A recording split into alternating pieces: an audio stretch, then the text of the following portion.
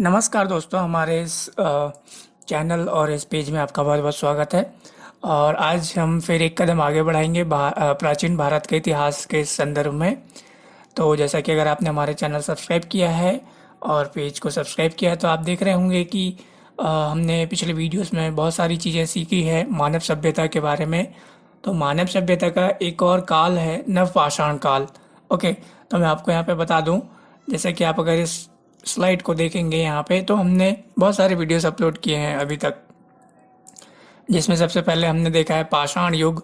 उसके बाद में इस पाषाण युग को पूरा पाषाण काल में विभक्त किया गया है। फिर पूरा पाषाण काल, जिसे निम्न पूरा पाषाण काल भी बोलते हैं, मध्य पूरा पाषाण काल, उत्तर पूरा पाषाण काल। फिर इसके जस्ट पिछला वीडियो हमने अपलोड किया है वो था मध्य पाषाण काल, और हम देख रहे हैं आज इस वीडियो में नव पाषाण काल। इसके बाद में हम सीखेंगे धातु युग के बारे में। तो धातु युग को 3 भागों में बांटा गया है। पहला जो है कॉपर एज, जिसे ताम्र युग बोलते हैं, कांस्य युग जिसे ब्रॉन्ज एज बोलते हैं, और लौह युग जिसे आयरन एज बोलते हैं। तो आज हम देख रहे हैं नवपाषाण काल। तो इसमें कोई कंफ्यूजन नहीं होना चाहिए, और जिसे हम इंग्लिश में बोलते हैं Neolithic age, the Neolithic age. जो गाइस, इसमें सबसे पहले अगर हम देखें तो आपको बता दें, जो नियोलिथिक युग या फिर हम नवपाषाण काल बोले इसे, युग कहें या काल कहें या अवधि कहें, या नवपाषाण युग मानव प्रौद्योगिकी के विकास की एक अवधि थी, जिसकी शुरुआत मध्य पूर्व में 9500 ईसा पूर्व के आसपास हुई थी, जिसे पारंपरिक रूप से पाषाण युग का अंतिम हिस्सा माना जाता है। तो ये जो पाषाण युग है, इसका अंतिम युग माना जाता है इसे। ये वाला पाषाण युग, जिसे 3 भागों में विभक्त किया गया है, पूरा पाषाण काल, मध्य पाषाण काल और नवपाषाण काल। तो ये इसका अंत है पाषाण काल का। इसके बाद में विश्व स्तर पर नवपाषाण काल की संस्कृति का आरंभ 7000 ईसा पूर्व हुआ। ओके, इसके अलावा गार्डन चाइल्ड्स नामक पुरातत्ववेत्ता के अनुसार इस संस्कृति का उद्भव पश्चिम एशिया के धनवाकर क्षेत्र में हुआ था, एवं यहीं से विश्व भर में प्रसार हुआ। तो ये जगह आप अगर जो गवर्नमेंट एग्जाम की तैयारी कर रहे हैं तो उसमें ये बहुत इम्पोर्टेंट होता है कि नवपाषाण काल का उद्भव किस क्षेत्र में हुआ था करके ये क्वेश्चन आता है। तो ये पश्चिम एशिया के धनवाकर क्षेत्र में इसका उद्भव हुआ था इस संस्कृति का, और वहीं से ये फिर दुनिया भर में फैलती रही, इसका विस्तार होता रहा। इसके अलावा भारत में नवपाषाण कालिक संस्कृति की बस्तियों के एवं कृषि संबंधी प्रमाण सर्वप्रथम मेहरगढ़, सिंध और बलूचिस्तान में प्राप्त हुए। तो इस संस्कृति से जो अवशेष कहें या फिर इनके जो सबूत हैं या फिर जो साक्ष्य हैं संस्कृति के, इनकी बस्तियों के, वो सबसे प्रथम मेहरगढ़, जो कि सिंध और बलूचिस्तान में प्राप्त हुए थे।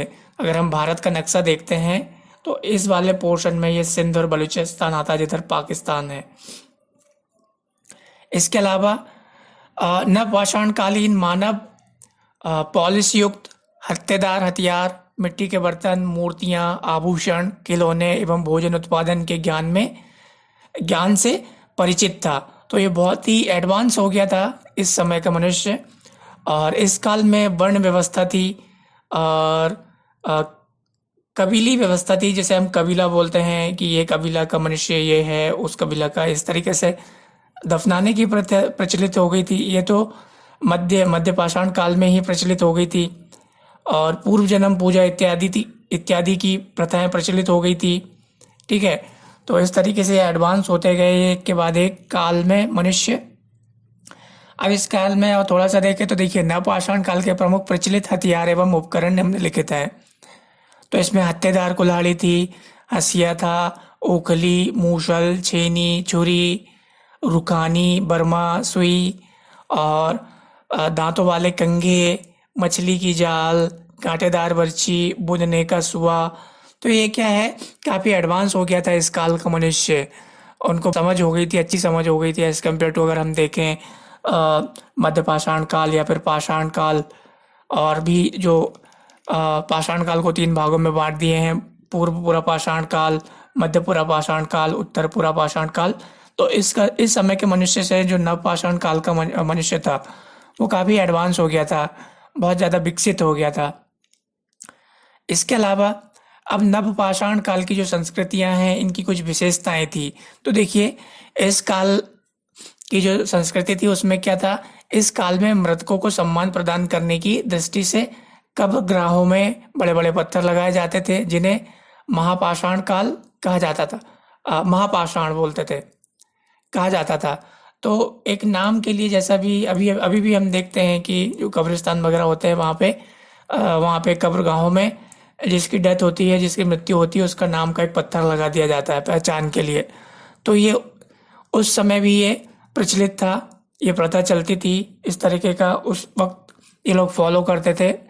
और इस काल में चावल, गेहूँ, जौ, मूंग, मसूर इत्यादि की खेती करने, भोजन पकाने का कार्य मानव करने लगा था। तो बहुत ज़्यादा समझ आ गई थी इस काल के मनुष्य को। इस काल के बारे में और आपको बताते हैं हम। तो इस काल में पूजा अर्चना, जादूगरी, कबीली प्रथा, वर्गीय प्रणाली का विकास काफ़ी ज़्यादा हो चुका था। इसके बाद में और गैस इसमें और चीज़ें आपको बताएं हम। तो देखिए, इस समय का जो मनुष्य था वो क्या था, स्थिर ग्राम्य जीवन जीता था, बस्तियां बसाई जाने लगी थी, पशुपालन पूरी तरह से अपनाया जा चुका था। तो हमने पिछले वीडियो में बताए थे कि जो मध्य पाषाण काल है उसमें बकरी, खरगोश, हिरण, इस तरीके के जानवरों का वो लोग शिकार करते थे उस मध्य पाषाण काल के मनुष्य, अपने भरण पोषण के लिए, जीवन के लिए। तो इसमें उस चीज़ को काफ़ी आगे ले जाया गया। इसके अलावा मछली पकड़ने, शिकार करने, आभूषण बनाने एवं व्यवसाय करना मानव ने प्रारंभ कर दिया था। इसमें क्या आ गया था, देखिए, कुंभकारी, ठीक है, और चूल्हे रंगने, मूर्तियाँ, खिलौने बनाने इत्यादि का कार्य होने लगा था। तो ये बहुत ही एडवांस समय आ गया था मनुष्य जीवन का, प्राचीन मनुष्य जीवन का। तो गैस, यहाँ पे हम इस वीडियो को समाप्त करते हैं। आई होप कि ये जानकारी आपको काफ़ी इन्फॉर्मेटिव लगेगी। और अगर आपको ये जानकारी इन्फॉर्मेटिव लगती है तो चैनल को, पेज को ज़रूर फॉलो करें। और अगले वीडियो में मिलेंगे हम, इसके आगे की चीज़ें देखेंगे, आगे की चीज़ें सीखेंगे। तो उम्मीद करते हैं आप इस वीडियो को comment, share, like and subscribe ज़रूर करेंगे। तो गैस, मिलेंगे अगले वीडियो में। Till then, bye bye.